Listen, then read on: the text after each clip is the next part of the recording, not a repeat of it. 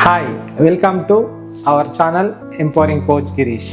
How to imagine business as a tree ಅಂದರೆ ಬಿಸ್ನೆಸ್ನ tree ಥರ imagine ಮಾಡ್ಕೊಳ್ಳೋದು ಹೇಗೆ ಅನ್ನೋದ್ರ ಬಗ್ಗೆ ಇವತ್ತು ನಾನು ಮಾತಾಡೋದಕ್ಕೆ ಇಷ್ಟಪಡ್ತೀನಿ.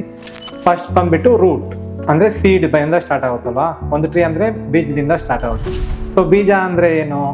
ಬೀಜ ಅಂದರೆ ಬಂದ್ಬಿಟ್ಟು ನಮ್ಮ ಸ್ಕಿಲ್ಸ್ ಅಥವಾ ಲರ್ನಿಂಗ್ಸ್, ಏನು ಕಲ್ತಿದ್ದೀವಿ ಅಥವಾ ಏನು ನಾಲೆಜ್ ಇದೆ ನಮ್ಮದ್ರ ಬಗ್ಗೆ ಅಂತ. ಅದೇ ರೀತಿ ರೂಟ್ಸ್ಗೆ ಹೋದರೆ, ಬೇರುಗಳಿಗೆ ಹೋದರೆ, ಬೇರು ಬಂದ್ಬಿಟ್ಟು ನಮ್ಮ ಟೀಮ್ ಗೋಲ್ಸ್ ಏನು, ನಮ್ಮ ಟೀಮ್ ಯಾವ ಥರ ಇದ್ದಾರೆ, ನಮ್ಮ ಟೀಮ್ ನಾಲೆಜಬಲ ಅಲ್ವಾ ಅದ್ರ ಬಗ್ಗೆ.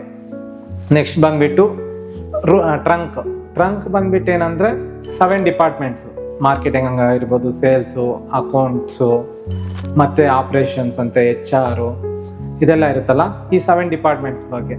ನೆಕ್ಸ್ಟ್ ಬಂದ್ಬಿಟ್ಟು ಬ್ರಾಂಚಸ್ ಬರುತ್ತೆ. ಬ್ರಾಂಚಸ್ ಅಂದರೆ ಏನು? ಬ್ರಾಂಚಸ್ ಬಂದ್ಬಿಟ್ಟು ಕಸ್ಟಮರ್ಸ್ ಗೋಲ್ಸ್ ಅಂದರೆ ನಮ್ಮ ಕ್ಲೈಂಟ್ಸು ಏನು ಎಕ್ಸ್ಪೆಕ್ಟ್ ಮಾಡ್ತಾರೆ ನಮ್ಮಿಂದ ಅಂತ.